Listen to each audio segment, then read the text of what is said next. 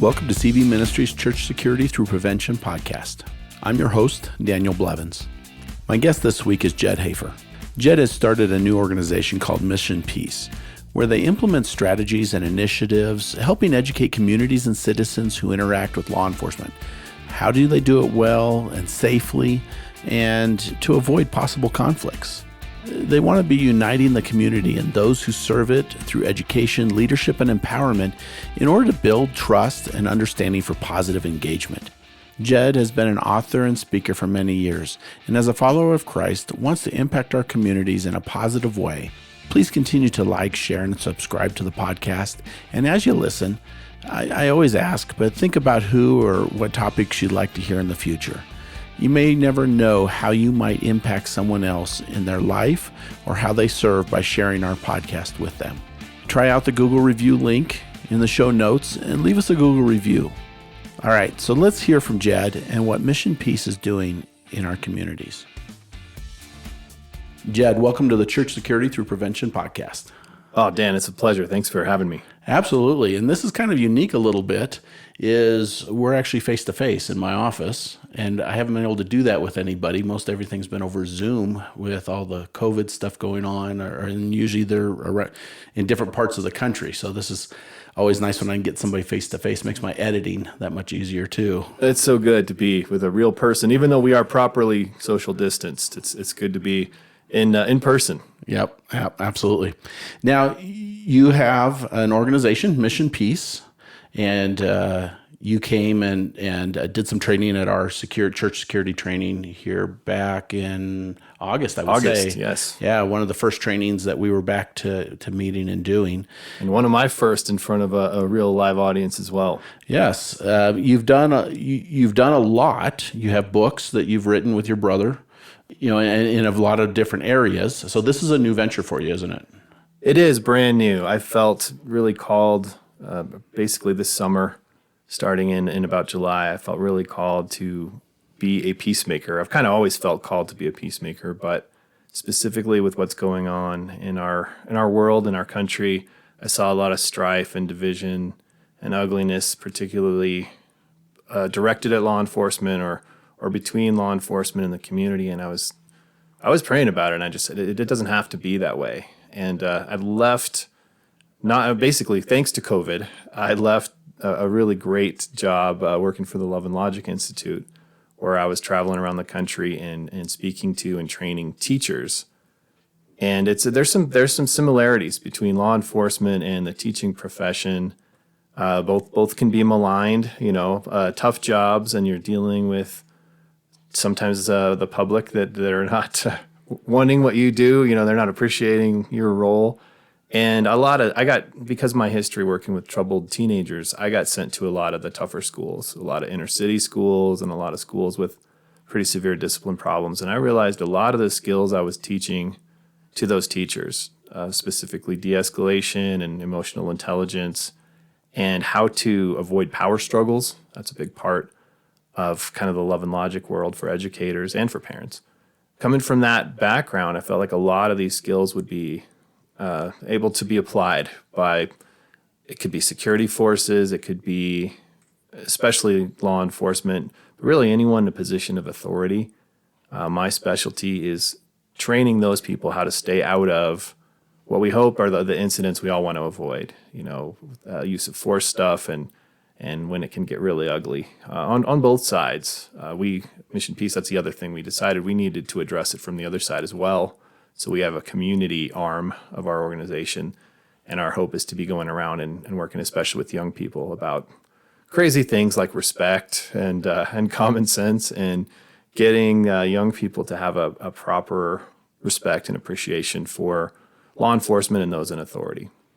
Yeah, I think whatever we can do to not have to go hands-on with somebody, not have to engage somebody in a physical way, non-lethal or lethal or whatever that looks like, is huge. If we can, on both ends of the scale, we can teach people how to communicate well, how to de-escalate a situation, and not let something I often say is it's our pride and our arrogance, particularly as guys, that get us into trouble. Yes, so true. Somebody bows up at us, our natural response is to want to bow back up at them. And it's fighting that. And our law enforcement professionals as a whole do a phenomenal job doing that. I'm amazed at how well they do that. Now, if we can just, like you're doing, educating the other side. How do you be a respectful citizen? How do you behave well and things like that is something that not many people are doing. Yes, and they're out there in the public, there are perceptions that there's almost this attitude of entitlement toward I'm allowed to be belligerent to authority, to police officers and other authority figures, and we want to definitely address that. There's pressure on law enforcement to do more de-escalation, to do more things to avoid the really ugly incidents that end up making it on the news and onto videos. I mean, that's a big fear that you didn't have in law enforcement 20 years ago, is someone's going to provoke you and then film you. I've dealt with that on the education side. Kids have been doing that for a while with teachers. My former boss at Love and Logic was on an episode of ABC's 2020, and the episode was called Teachers Gone Wild. And it was not about teachers going to Cancun, Mexico, and partying. It was about kids provoking their teachers to a point where they absolutely lose their cool, and then they're filming it with their phones and essentially ruining the careers of these educators. And now we're seeing, I'm sure if you spend any time on social media, you're seeing people doing the same types of things with law enforcement, really provocative and just ugly. And again, I just believe it doesn't have to be that way. And I think we can at least in the middle, we can shift people's attitudes. We maybe get to one real extreme end where someone's just decided they want to do evil. I don't know that I can help with that situation. And law enforcement's always going to have people they have to deal with. But in the middle, where there is some ability to be reasonable, we hope to bring communities together. We were saying before we started that there's a video of someone called the police on these kids for playing basketball on the street. It's a noise complaint. And the police officer, instead of ticketing these kids or yelling at them or whatever, he starts playing with them. And then he comes back. I think this happened down in Florida. He comes back and he brings Shaquille O'Neal. And the kids all get to meet Shaq, and they just have this incredible experience. And their whole perception of law enforcement changes. And I mean, we want to do stuff like that. So we've got some guys, not in the NBA, but football players. We've got a couple guys that are football players who we're gonna use the juice that they have with young people and help to transfer some of that to bring. There's just a division there that doesn't have to be there. There's so many young people that I talk to that have a false perception of law enforcement, that they're out to get you or whatever, but they're not. They're there to protect and serve. They really are there to help us. And with a few exceptions, I think most people sign up to be in law enforcement because they really care and they really want to protect others. So that's what we hope to do. It'll be working both sides. We'll be training for law enforcement, and we've opened this up to other organizations and professions. I was originally going to kind of stay away from schools because having left Love and Logic, that's where they mostly are. But now they're, thanks to COVID, kind of largely going out of business. And so I will probably not be as careful to avoid, there are a lot of schools now that have security teams. And there are schools that want their entire staff trained in de-escalation because they're desperately trying to avoid, like you said, anything that gets physical, the liability, the fear of someone getting harmed, and also the protection of your career. I mean, imagine how many years you've gone to school and how many years you've worked on this career, and then one terrible incident could end it, even if nobody gets hurt. I had that happen to a teacher friend of mine, completely career-ending incident, and it was nothing. I mean, nobody was harmed, but it was just looked bad enough. The optics of it were just bad enough. Like, we can't have you here anymore. So if we can avoid stuff like that and honestly bring people together, I know it can sound cliche, but there's too much division and there's not enough understanding. So I think we can, hopefully, that's what we're going to do as Mission Peace. And so I think, that getting into the schools, I look at church security from the standpoint that, there's other companies. There's only a couple of us that are doing it nationally. There's several that are doing it regionally or within their states. And for the most part, as I talk with the different leaders in church security, none of us look at it as competition. No. Because there's more than enough churches out there that need the help or need, somebody to come alongside and help get them going, wherever the case is. And I think it's the same thing with schools. There's plenty of schools out there, but whether it's, if Love and Logic pulls it out or whatever, happens in the future for them, however God leads that, great. But, there's probably plenty of room in the schools and plenty of help that needs to happen. Oh, absolutely. And it's something I appreciated about you. And really, we Mission Peace don't touch the logistics of security. There's people who know that stuff and are really great at it like you, and we don't want to go into that space anyway. We are solely about the communication side, the emotional intelligence side, and ideally, our target audience is law enforcement agencies, because I know they're getting tremendous pressure to get more training. And honestly, I think we were talking about this before too. Some are great at it. Some police officers are just naturally great de-escalators.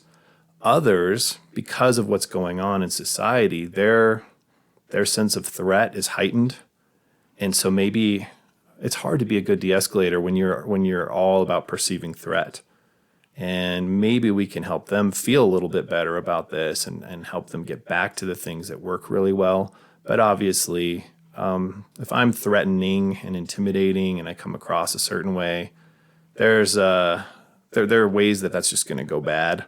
And we hope that we can arm law enforcement with some self-awareness tools, some emotional intelligence tools that actually make them better at their job, and again, reduce any of the bad instances that we don't want to hear about, read about, or certainly see on video. Not to say that they're not just sometimes clearly and unfairly targeted, that someone just, I'm just going to go after a cop for no good reason. That's not a de-escalation situation. That's someone committing a criminal act, and they're very well trained to handle that kind of stuff. We're talking about those interactions that don't have to go bad. And we've all had those. You'd have this with a spouse or significant other or your kids. Like, boy, that turned really ugly. That conflict it didn't have to go that way. If I could go back in time and say this a little different, or say nothing, be a little bit slower to speak, have a little bit more self-control, maybe it didn't turn into that ugly interaction. And I'm just speaking for you and I. Probably nobody out there in the audience has ever had that, where they regret some awful, nasty thing they said to a friend or relative. I tell people in our seminar, because, you say that, you're not, that the security realm really isn't your realm to a degree, but yet what you're talking about is the foundational piece of anyone serving in a church, or, especially in a security role or otherwise, to where this is why we take all of Friday evening to teach de-escalation skills, because we want them to practice them hands-on wise Saturday. Yeah. We put them in some stressful situations to kind of practice it.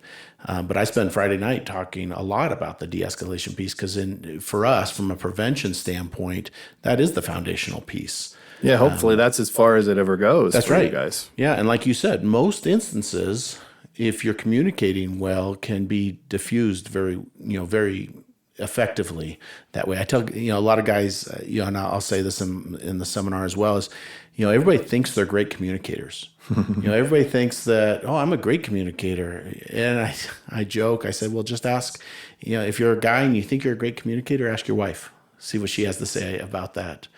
That's also true with driving. We all think we're great drivers, but then when you drive out there, there's lots of bad ones. And if you asked most of us, our spouse would say, no, they're not. Right. Yeah. No, you're right. You talk a lot about prevention. The way we communicate, and I think I started the training that you attended with the big idea that people remember how we make them feel. And so how I make somebody feel, if I'm a police officer, I can get out of my car in a certain way and walk toward you in a way that says, I'm an enemy. I'm someone to be scared of. I'm a combatant. I could change. I could be, and we always say in our trainings, we say intentionality wins the day. So if I'm more intentional about looking non-threatening and conveying this, I'm here as a helper, I'm a non-threatening other human being, then that, even these subtle things that aren't even said out loud, nonverbal things, can make a huge difference in someone's perception. If you're making me feel like I should be afraid of you, then all the science behind it, my fight or flight is kicking in, and I'm actually becoming a worse decision maker.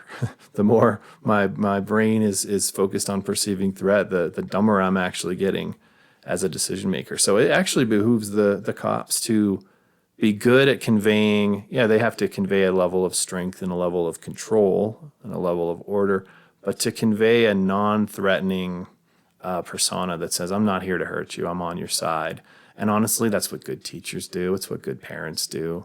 If my teenagers start to view me as the enemy, then that's not good for me as an authority figure. They need to view me as a loving authority figure, someone who cares about them. In Love and Logic, we'd always say, strong and nice at the same time. That's how God treats us. He's powerful and kind at the same time. So that's what good leaders do, and it's what good authority figures do. The majority of our communication is nonverbal anyway.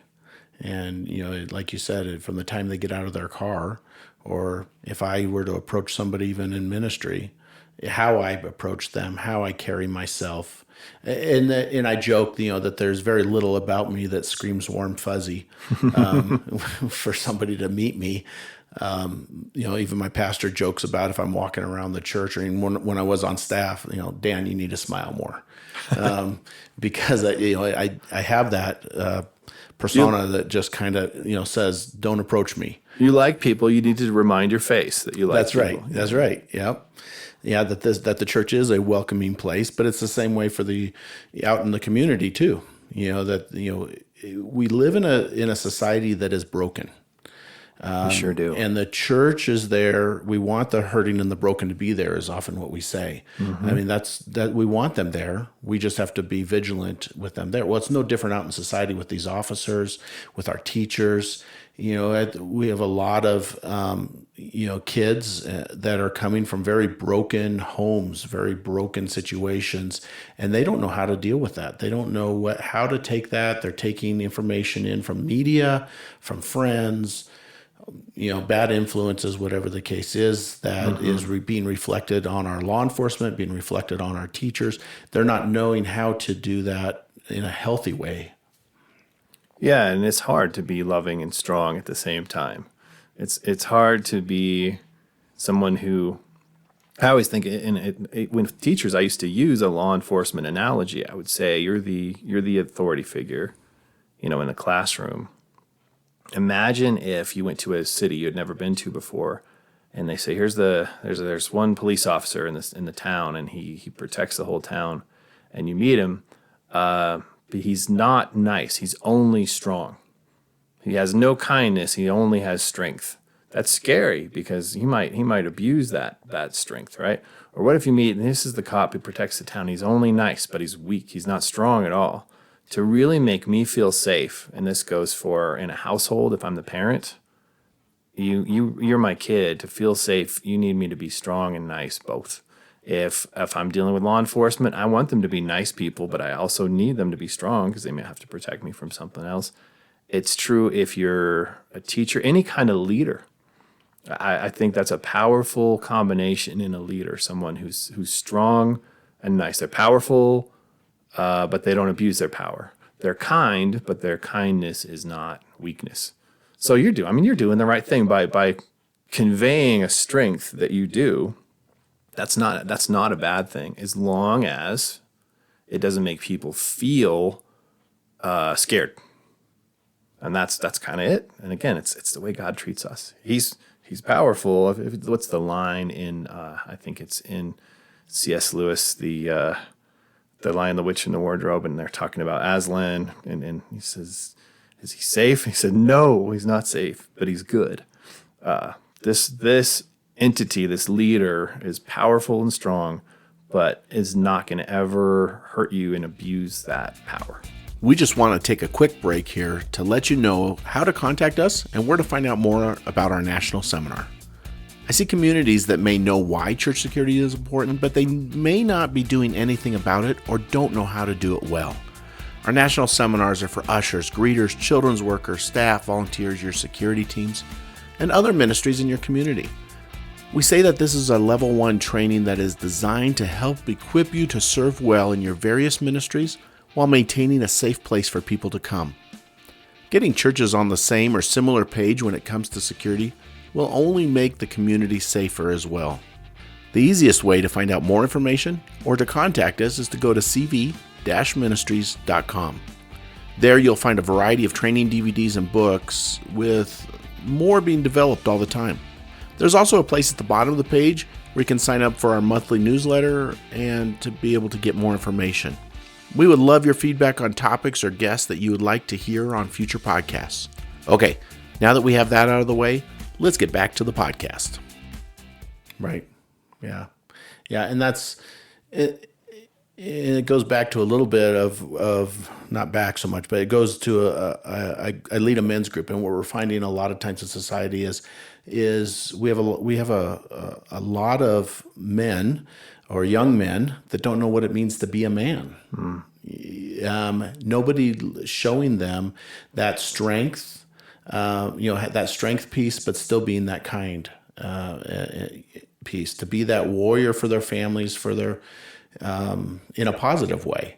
Yeah, it's a positive strength. Yeah. We get too many kids are getting taught about toxic masculinity and how it's bad. And there is a bad side when it's I think perverted or when it's abused. But there's a positive side, and it's probably not talked about enough. That male role of being a protector and looking out for others, looking out for the family, looking out for the church. I mean, I'm a fan of that idea that especially young men get taught. Again, be strong, but don't abuse your strength. My oldest is a Marine. He's in Nigeria right now, guarding an embassy in Nigeria, and so he's literally a strong man standing guard and protecting people, and he takes that very seriously. That to me, and I have great respect for our military. I understand somebody was Air Force. Is that right? I have great respect for law enforcement. Basically, anybody who puts on a uniform and their job is to keep others safe. That's a big deal. And we need, I don't know, to me, if we could go back in time, there was a time when there was an inherent respect just for authority, for adults, for people in uniform, that has certainly eroded and gone down. And on one hand, I want my young people to be critical thinkers, and you don't automatically assume something just because. Maybe just because of the uniform, or just because I said so. I don't want my kids to follow me just because I said so, just because I want them to be critical thinkers enough to say, well, no, Dad, I actually disagree with that. On the other hand, where we are now as a society, it's so eroded, the basic level of respect. I wish we could go back in time a little bit and maybe stop that before it eroded down to the level it's at now. Yeah, it would be great if we could. I think of, as you were talking about that, I think of Mayberry, to a degree, back in, to where community was community. Everybody did community together. Law enforcement guys were right there in the mix with the rest of the community.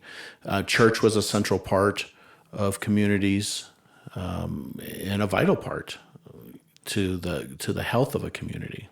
Amen. And now it's screens. Screens are doing a lot more teaching than real adults and authentic relationship with those young people. I will say this though, coming from the schools for probably 20 years, I've been training teachers and I love it. And you can see how many of them really care. I mean, there are certainly people who are burnt out and saying, "Man, I don't know how much longer I want to do this." But the average teacher I run across, they're discouraged, but they're not done. They do see this trend of 15 years ago. If I taught 15 years ago, kids would have just a higher level of respect inherently for me. Yeah, that's not there, but it doesn't make me want to give up. It just makes me want to get more skills It makes me want to get better at what I do, become more engaging, become more worthy of their respect. Yeah. So what does, so for Mission Peace, what is it that, it's fairly new. So what is it that you guys are doing now that, especially now that we're coming out of COVID, what does Hallelujah. that look? Yeah. Yeah, hopefully we'll be doing a lot of in-person trainings for different law enforcement agencies. I mean, that's my highest priority as the founder and lead trainer. That's really what I want to do. I believe that God has it for me to be in front of a lot of people, teaching them these skills, these de-escalation and emotional intelligence and avoidance of power struggle type of skills. We do have these other arms, and the other arms I'm almost more excited about what the other people in my organization are doing than what I'm doing. We have a young man. His name is Paul. He is a former NFL football player. He is African American, and he is heading up our community collaboration arm of Mission Peace. And he's really going to be reaching the youth. He's going to be the one out there facilitating. We hope school assemblies. We hope to bring law enforcement in and do some essentially relationship building stuff between, I think especially teenagers and police officers. If we can get them, shooting baskets and bring in a professional athlete, if we can get them throwing football around together or just talking, and also giving the youth some skills. Here's how you behave when you get pulled over. Here's where you keep your hands. Here's what you say. Here's what you don't say. So many young people right now, this is a real specific thing, but they're reaching for their phones to film when they have an interaction with law enforcement, which most of these end up being traffic stops. And this is a new thing. This wasn't happening 20 years ago. Kids are reaching, and adults do it too, but especially young people, I worry about reaching for a phone because they want to film this. Well, if you're that law enforcement officer walking up in a traffic stop, it's a very dangerous time for you. And your sense of threat is heightened, and you see somebody reaching for something. That's a terrible scenario that doesn't have to happen. So Paul's going to be working with the community, basically how to treat law enforcement better and how to not do dumb things that end up in some of these bad incidents. And then the other arm, we just got approved. We have a foundation now. It's called the Peacemaking Project. And so we are able to receive tax-deductible donations. There will be a landing page. We have a brand new website. It is mission-peace.org, and we'll give you all those links and everything. But there's a place where people can donate and have it be tax deductible. So basically, almost like a nonprofit arm. But that foundation will fund these types of programs for communities and organizations that can't afford it. Because that was one of my early things when I felt called to do this. Is I didn't want to have a sheriff's department say, hey, we'd really love to have this training, but it's not in the budget this year. Well, ideally, we'll fill up that foundation such that we can say, hey, it's covered, or part of it is covered out of the foundation. Same thing, if there's a school that wants to bring in one of our speakers, they want to have this assembly where there's this great unity, but that's out of their budget. Ideally, we'll be able to help supplement or fund those things out of the foundation, and it's a win-win. To have the capacity to put things on when somebody maybe wouldn't have been able to afford it some other way. It's a wonderful thing. So we're excited to be able to have that. So we really have these three kind of puzzle pieces going together where we have training, we have community stuff, and then we have funding for it if people want either of those other services and they can't afford it. I think as you're talking about that, I'm excited about it. I think whatever can be done in the community, and it made me think about I just got back I grew up in Washington State. We just got back from visiting up there, and they do once a week. And I was going to try, and if it had worked out or had I known about it ahead of time, I would have tried to track it down where it was going to be. But the city that I grew up in, they do coffee with a cop. Once a week, and different officers will be at different coffee shops around, and the community can come in and just come have coffee with them and talk with them and engage them where they're at And learn that they're real people. and learn that they're real people. That's maybe right. their kids go to school at your kid's school or things like that. That to me, that breaks down I'll use the word prejudice. We prejudge somebody. Well, they must be this way. Then you get to know them, and by definition, it's kind of breaking down some of that prejudice that might be there, or some of those divisions or bad assumptions that we might have about each other as human beings. Right. Yeah. The more that we can get face to face and, like you said, away from our screen time. Everybody lives behind their phone. Not everybody, but there's a lot of our society that lives behind their phone on social media and other aspects, and they think that that's truth. Yeah, too many of us, too much of the time. I'm guilty. And it's not how we were created. We were created as relational beings to see each other, to be face to face, to smile. You see a baby, you smile at the baby smiles back to you. That's how we're made. And so we're largely living a lifestyle that goes against how we were created. And it's not to say that technology is this terrible thing. It's probably not going away. Right. But we, just like you said, it's no substitute for a real relationship. And over social media, it's almost like a dog behind a fence.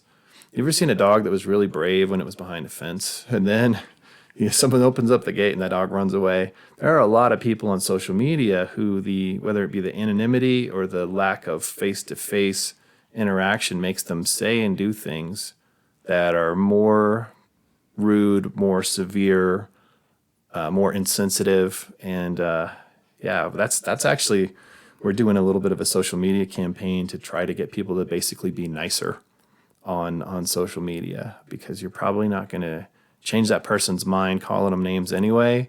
But also, sometimes social media things escalate. And again, coming from the world of working with kids, especially teens, we've seen really horrendous stuff happen that started, with basically meanness on social media. Yeah, I about 6 years ago, I dumped my personal social media stuff. Smart. Just because it wasn't healthy for me. It was a time waster. Emotionally, it wasn't. It's easy to get wrapped up into things, and I'll hear my son or my wife or somebody read something from social media, and I can feel it inside. And I'll even say, "I'm so glad I'm not," because I would want to respond, in it. And so that's great. The more people that we can get to just be nice on social media, and in life in general. One of the local radio stations, I love what they're doing. They have cards that you can print off their website. You can pay for the coffee for the person or the lunch or whatever behind you and drive through, and give it to the restaurant, and the restaurant will give it to the person behind you, and it just has a big smiley face on it and with a note that says, have a great day, kind of thing. And I love stuff like that. The world needs more of that. And the world certainly doesn't need more division, more stirring up. People will talk to me about the media a lot, and they'll say, well, the media is stirring this up. And honestly, I think most people in broadcast media, they are biased toward the sensational. right. So nobody wants to hear, oh, this was no big deal. Here's what happened today. It was no big deal. They're going to always kind of go toward the sensational. And that makes our perception of what's going on, it's even worse.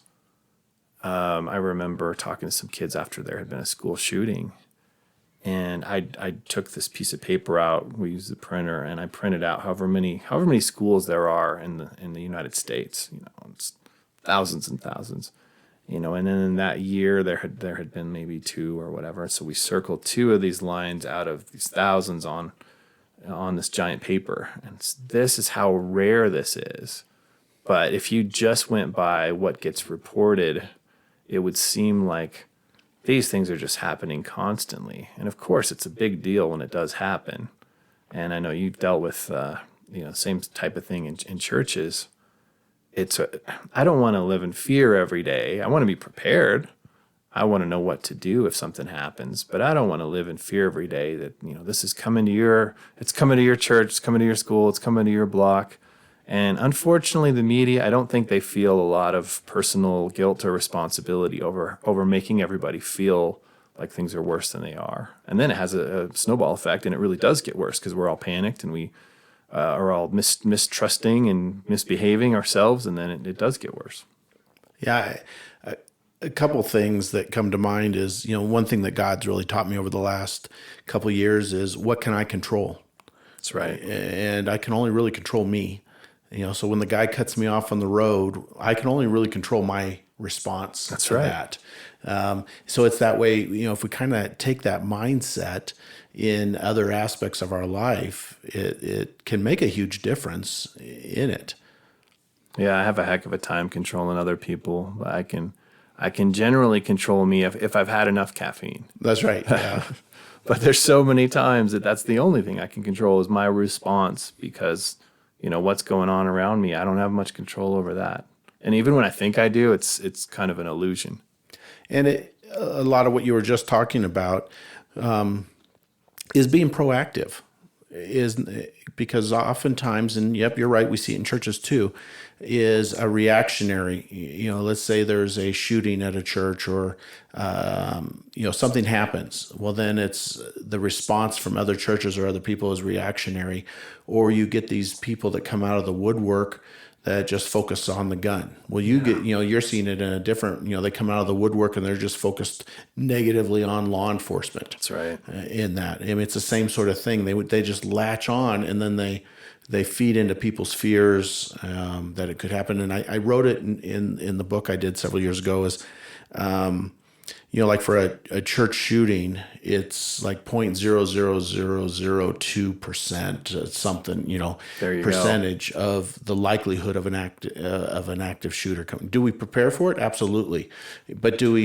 But there's other things to prepare for. We have the hurting and the broken coming in. We have, for you, it's aspects of society that we still need to deal with. That's the right. Worst case scenario is highly unlikely to happen. So what are we going to do in the meantime to be proactive?